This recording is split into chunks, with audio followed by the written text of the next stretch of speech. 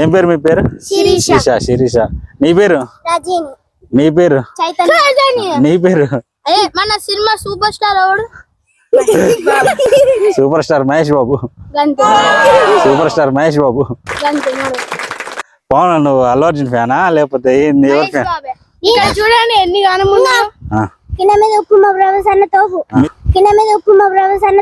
మీది ఎవరు? కరెక్టే గాని మీది ఎవరు? గుండ్ల సింగారా? ఏ అంకుల్ కాదని అన్నా శివుడు అంటే బాగా ఇష్టం. Okay okay very good. నందిలా ఏం కోరికలు ఉన్నాయి చెప్తే నంది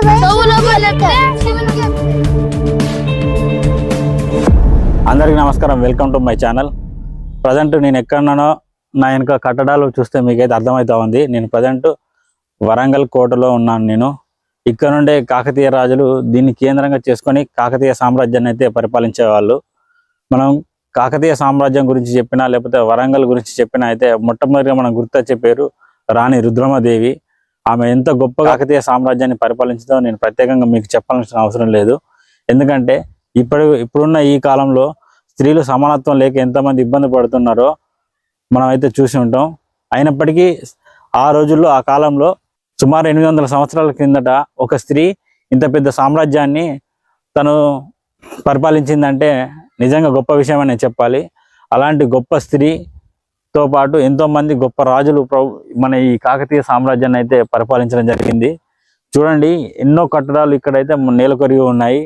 మొత్తం 1320 సంవత్సరాలు అనుకుంటా పూర్తిగా ఈ సామ్రాజ్యం ఢిల్లీ సుల్తాన్లు మొత్తం చిందావందనం చేసి ఈ కోటను అయితే నిలమట్టం చేసి వెళ్ళిపోవడం జరిగింది.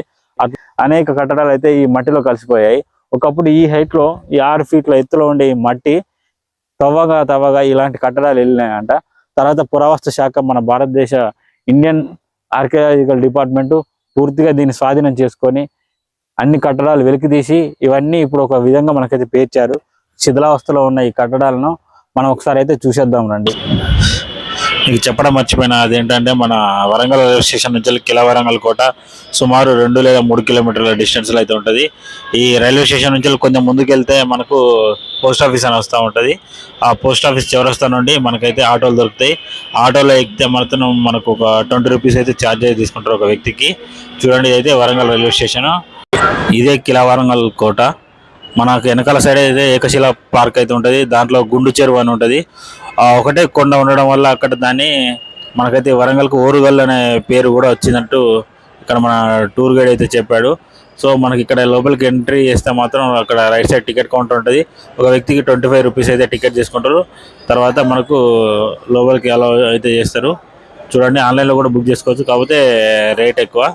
ఇట్లా లోపలికి ఇస్తే మాత్రం ఇంకా అనేక శిలలు అయితే ఇట్లా మనకు కనబడుతూ ఉంటాయి. చూడండి ఎట్లాంటి కట్టడాలు అయితే ప్రస్తుతం అయితే ఉన్నాయో. ఇదంతా మట్టి ఒకప్పుడు కూరుకుపోయి ఉండే. ఆర్కియాలజీ డిపార్ట్మెంట్ వాళ్ళు మాత్రం ఇవంతా మట్టి తీసి వీటన్నిటి ఒక్కొక్క దాన్ని కూర్చారు. చూడండి ఇక్కడ నోటీస్ బోర్డులు, మీరు ఇక్కడ టైం ఉంటే చదువుకోవచ్చు. మన రవి అన్న నెంబర్ ఇది, మన టూర్ గైడ్ అన్న.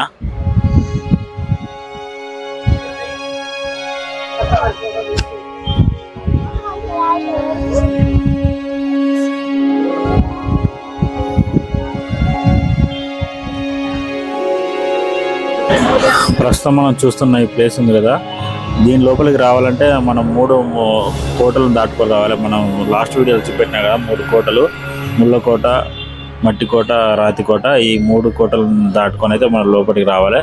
ఇది సెంటర్ పాయింట్, మన సెంటర్ పాయింట్ అంటారు.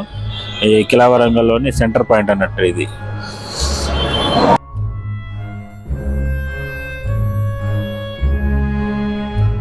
ఇదేమో నాట్యకళ మండపం అంటారు. ఎదురుగా చూస్తే మీకు చిన్న గుడిలాగా ఉంది కదా, ఎదురుగా దాంట్లో శివలింగం అయితే ఉంటుంది. దాని కరెక్ట్ క్వైట్ ఆపోజిట్ లో మనకు నంది అయితే కనబడుతూ ఉంటుంది. చూడండి ఇది నంది. మనకు లెఫ్ట్ సైడ్ లో మన రాజు కూర్చున్నట్టు ఒక రాజు యొక్క చైర్ లాంటిది అయితే ఒకటి వెనకాల సైడ్ ఉంటుంది. చూడండి ఇదైతే బొమ్మ మొత్తానికి అయితే ధ్వంసం అయిపోయింది.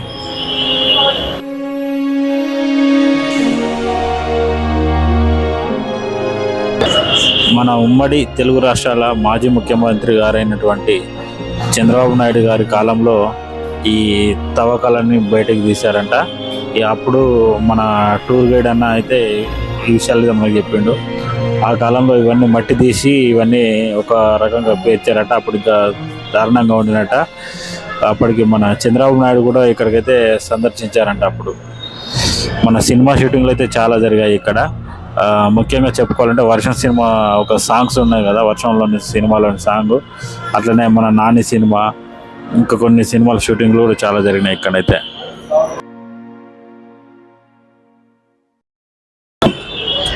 ఈ స్వయంభూ దేవాలయంలో మొత్తం 3-4 ఆలయాలు అయితే ఉండనట. ఒకటి సూర్య దేవాలయము, తర్వాత శివాలయము, ఇంకొక గుడి అయితే ఉంది. మొత్తానికైతే ఇప్పుడు ఆ వీడియో చివరిలో అయితే మీకు అయితే ఆ గుడి కనబడుతుంది. దాంట్లో విగ్రహాలు అయితే ఏం లేవు. విగ్రహం ఏది ఉన్నట్టే ఉన్నా దాన్ని పగలగొట్టేవారట ఢిల్లీ సుల్తాన్.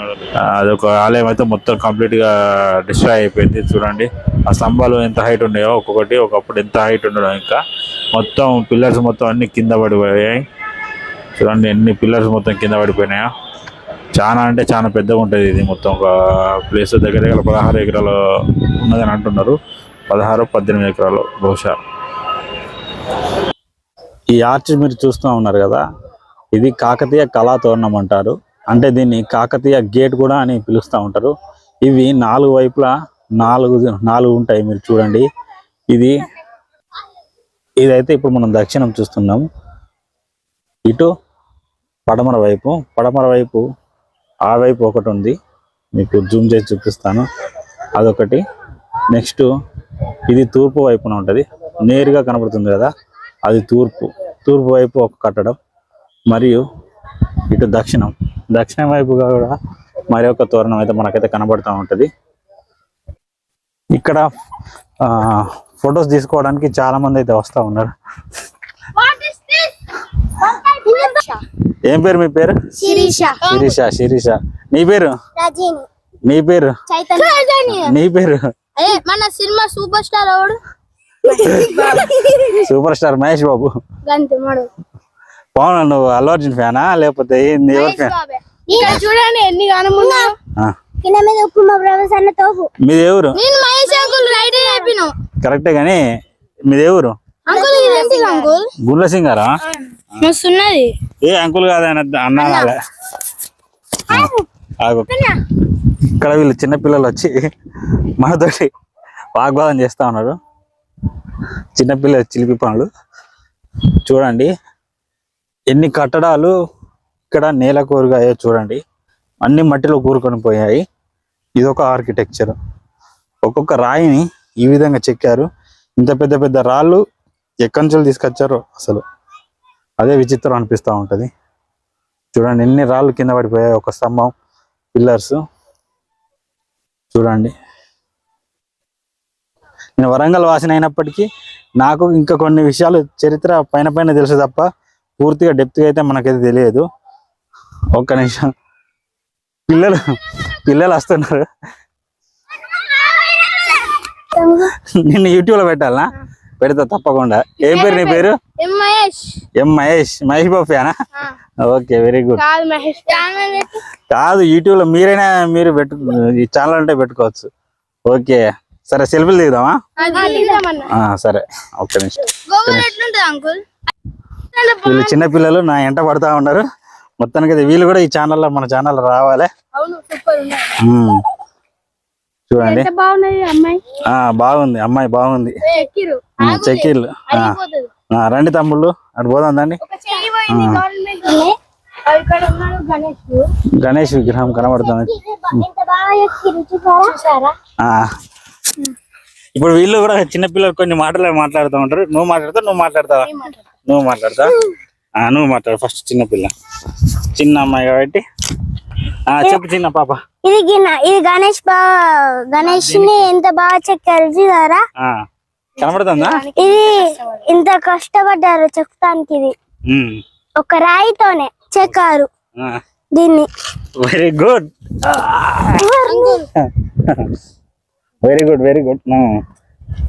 ఇంకా ఈ శివుంది కానీ ఇరిగిపోయింది. అంటే శివలింగం లానే చెక్కారు కానీ ఏంటిదో ఇది పాతకాలంలో చేశారు. అక్కడ ఉంది శివలింగం. దాన్ని అన్న నీ ఇక్కడ శివుని ముంగడ ఈ నంది ఉంది. ఈ నంది చెవుల కోరికలు చెప్తే శివునికి చెప్తా అన్నట్టు అయితే చెప్తే నాకు శివుడు అంటే బాగా ఇష్టం. Okay okay very good. నాకు శివుడు అంటే బాగా శివుని నందిలా ఏం కోరికలు ఉన్నాయో చెప్తే నంది పోయి చెవు లోపల చెప్తే శివునికి చెప్తాయి. ఎందుకంటే ఒకసారి శివుడు ఏం చేసిండు, నందికి ఒక వరం ఇచ్చిండు. అంటే ఇప్పుడు శివుని దగ్గర పోవాలంటే నంది పర్మిషన్ ఉండాలి. ఓకే నందిని ఎవరు కానీ కలపలేరు. నందిని కలిస్తేనే శివుని కలవాలంటే నంది కలిసిపోవాలి. Very good. నంది ఉన్నాక శివుని దగ్గర పోలేం. సరే వారు మంచివారే. ఓకే. స్తంభాలు ఇవి కాకతీయ రాజులు కట్టారు. కాకతీయ రాజులు మన రాజులు కాకతీయ మన రుద్రమ్మ దేవి నిర్మాణం చేసింది. గవర్నమెంట్ ఇంకా మంచిగా చేయాలని కోరుకుంటున్నాం. నాకు ఒక బాధ, అందరూ చూడండి ఇక్కడ అవును ఇక్కడ శివుడు విగ్రహాలు ఉన్నాయి. శివలింగం కాదు స్తంభాలు, ఇది చక్రము, దీని మీద ఇలా వాటర్ ఉంటాయి. ఓకే కానీ ఇక్కడ వాటర్ లేవు ఇప్పుడైతే. ఓకే. మన అటు పోయి ఇట్లకెళ్ళి అటు గుడికి పోదామా? వెళ్దాం. ఇక్కడ చూడండి, ఇటు చూపెట్టండి. ఇక్కడ చూడండి, ఇక్కడ రిపేర్ ఉంది చాలా. ప్రభుత్వం చూడాలి. అక్కడ రిపేర్ ఉంది, అక్కడైతే బాగా దగ్గరికి వెళ్దాం దా. సారీ ఇక్కడ ఏనుగు మీద స్వారీ చేసినట్టు చెక్కారు. ఎంత బాగా చెక్కారో చూడండి.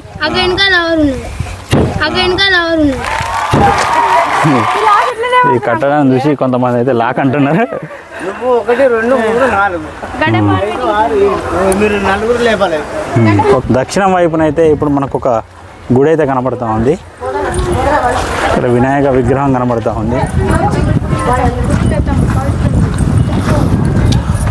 బహుశా ఈ గుడికి ప్రత్యేకంగా ఏంటంటే శివుని కోసం మాత్రమే ఈ గుడి అయితే నిర్మించారని అర్థమవుతా ఉంది. చూడండి, ఈడ ఎల్లమ్మ దేవత విగ్రహం ఉన్నది. ఈడ అంటే ఎంత బాగా చెక్కాడు చూసారా ఎల్లమ్మ దేవత విగ్రహం. కానీ ఇక్కడ నాగమ్మ ఉన్నది. కానీ నాగమ్మ బొమ్మ కొంచెం కనిపిస్తలేదు. ఇక్కడ కూడా బాగా చెక్కారు నాగమ్మ దేవతని. ఈడ 2 కలిపి చెక్కారు నాగమ్మ తల్లిని 2 కలిపి చెక్కారు. ముఖ్యంగా చూడండి, ఇక్కడ ఎన్ని విగ్రహాలకు మొత్తం అయితే శిథిలావస్థకు చేరిపోయినాయి. అన్ని విగ్రహాలు దాదాపు ఇరిగిపోయినాయి ఎక్కడికక్కడ. అయినా వీళ్ళు వెలుగు తీసిలంటే చాలా గొప్ప విషయం అని చెప్పండి. చూడండి, ఇక్కడ కూడా ఇది ఇరిగిపోయింది, ఇది కూడా ఇరిగిపోయింది. మొత్తం ఇరిగిపోయిన విగ్రహాలే ఉన్నాయి. చూడండి, ఈ కట్టడం చూడండి ఎంత బాగుంది. ఈ ఆర్కిటెక్చర్ ఏనుగు మీద ఎవరో వస్తూ ఉన్నారు, యుద్ధం చేస్తున్నారు. ఏనుగైతే యుద్ధంలో ఒక వ్యక్తిని చంపేసినట్టయితే తొక్కుతూ ఉన్నట్టయితే ఉంది. ఏనుగు మీదకి యుద్ధం చేసుకుంటా చూడండి ఎంత బాగా అయితే వీళ్ళైతే చెక్కారు మన పూర్వీకులు. చూడండి, గణపతి విగ్రహాలు అయితే చాలా ఉన్నాయి కదా. మన కాకతీయ వంశంలో గణపతి దేవుడు అనే పేరు కూడా ప్రత్యేకంగా మీకు కనబడుతూ ఉంటుంది కదా. చూడండి, వాటర్ ఉన్నాయి. వామ్మో, ఇది ఒక బాయా, వాటర్ కూడా ఉన్నాయి. ఇక్కడ మనకు చూసినట్టయితే కాకతీయ రాజులు అనేక సొరంగాలను తవ్విళ్ళని ఒక చరిత్ర అయితే మనకు చెప్తూ ఉంటుంది. ప్రస్తుతం మనకు బయట వలయాకారంలో ఉన్న ఒక కోట చూస్తే అది కూడా ఒక లోపల ఒక సొరంగం ఉందని ఒక కథ మాత్రం ఇక్కడ వినికిడి. అది నిజమా కాదా అనేది ఇక్కడ ఉన్న స్థానికులను అడిగి తెలుసుకోవాలి మనం అయితే. ఇందాక చిన్నపిల్లలు వచ్చారు కదా, వీళ్ళు పాపం వెళ్ళిపోతున్నారట, బాధపడుతున్నారు. వీళ్ళందరికీ ఒకసారి బాయ్ చెప్తారంట. మనకి బాయ్ చెప్పండి. Bye bye. మన వరంగల్కి రండి. మా అన్న ఛానల్ లైక్ చేయండి, సబ్స్క్రైబ్ చేయండి. బాయ్, షేర్ చేయండి. బాయ్. మన ఛానల్ బాగా చూడండి, లైక్ చేయండి, సబ్స్క్రైబ్ చేయండి, బెల్ కొట్టండి. అందరికీ బాయ్.